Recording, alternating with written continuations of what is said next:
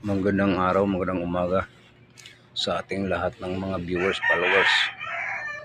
Nandito namang iyong lingkod, si Kuya Liba. Una sa tanan, mga kababayan, nais kong iparating sa inyo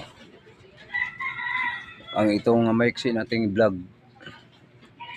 Sana mapansin ninyo, mga kababayan, dapat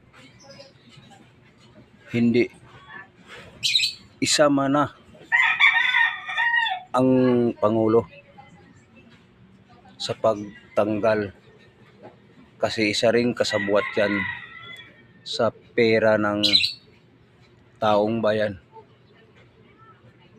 Bakit nasasabi niya doon nung una pang bagyo nga pumasok sa ating bansa, nga antay natin paghupa ng tubig ang baha? Tama ba yun? Para sa amin, mga kababayan na taong Pilipino, hindi tama yan nga sabihin niya aantay ng paghupa. Ganunin na lang nila ang taong bayan.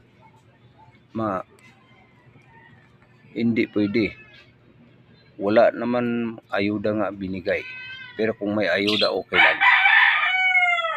Kapag may bagyo pumapasok, okay lang din, kasi madaling sabihin na aantay lang ang hupa ng baha. Hindi kailang senador ang hulihin, hindi kay senador lang ang patalsikin sa pwesto, kundi patalsikin senador, presidente, no? Kasi isa rin yung kasabwat. Huwag niyong sasabihin nga ang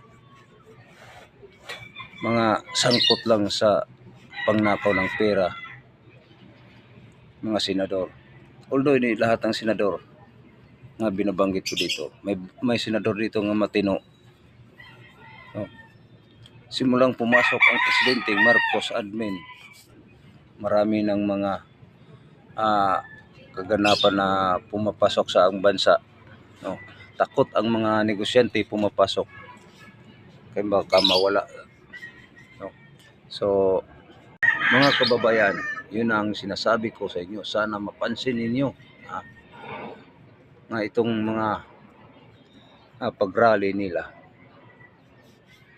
nga magbago ang ilang isip. Dapat hulihin o patalsikin si Marcos. Isa rin niyang kasabot. Sabi ni Marcos nga against siya sa rally, no? So, parang malabo yan, nilaro lang